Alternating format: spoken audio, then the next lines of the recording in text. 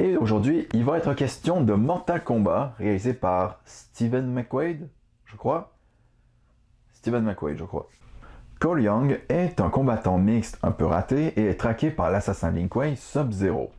Pour comprendre la raison de cette traque et pour protéger sa famille, il va devoir partir à la recherche des autres combattants qui ont été choisis pour participer au Mortal Kombat. En gros, c'est ça l'histoire. Mortal Kombat est la troisième preuve, après Warcraft et Assassin's Creed, que les jeux vidéo peuvent bien marcher au cinéma de façon sérieuse. C'est une bonne adaptation parce que, comme toutes les bonnes adaptations, ça a pour but d'attirer un public néophyte vers un autre média. La première chose qu'on se pose avant de voir un film Mortal Kombat, c'est les combats. Et croyez-moi, les combats ont du peps, les coups tu es sens que c'est puissant, c'est parfait, c'est tellement bien chorégraphié, c'est magique. Et puis puisque c'est du Mortal Kombat, un truc assez bizarre, c'est que au Québec, il est classé 13 ans et plus. Alors qu'aux États-Unis, c'est 16 ans et plus. Et c'est pas pour rien. Parce que puisque c'est du Mortal Kombat, du sang, crois-moi, tu vas en voir en salle. Genre, c'est pas les petits-enfants que tu les amènes pour voir Avengers. Non, non, non, non, non, non. Il y a du démembrement. Le truc que je trouve un peu décevant, par contre, c'est qu'il n'y a pas le fameux coup de la colonne vertébrale complètement arrachée.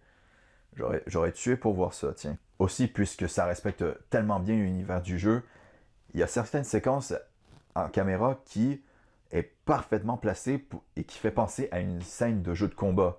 Par exemple, dans le plan de la caméra, il y a des pylônes bien placés, genre bien placés, bien espacés, avec un parterre parfaitement plat.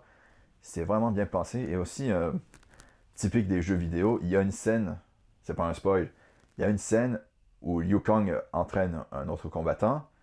Et comme dans tous les jeux de combat, comme n'importe quel petit Chris fait toujours les mêmes coups, c'est-à-dire genre le même coup, le coup de pied vers le bas.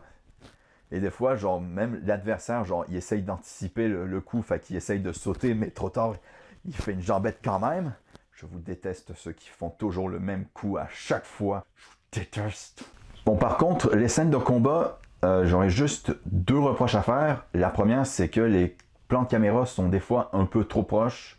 Ça aurait été mieux si ça aurait été un petit peu plus espacé pour mieux voir les chorégraphies. Et aussi, c'est un peu trop cut, c'est presque du Marvel en plus. D'ailleurs, pour la petite anecdote, je suis sûr que c'est à cause du cinéma, mais quand j'étais allé le voir le film, il n'y avait pas de sous-titres. C'est-à-dire que le film a des moments où les personnages de Scorpion et de Sub-Zero parlent en chinois, si je me rappelle bien des origines des personnages. Et dans la salle de cinéma, il n'y avait pas de sous-titres. Donc, j'ai pas pu savoir certaines choses qui se disaient. Fait chier. Il y a un truc qui va peut-être bloquer certaines personnes, c'est le cas de Cole Young. Cole Young, c'est un personnage qui n'existe pas dans la licence. C'est un personnage entièrement créé pour le film.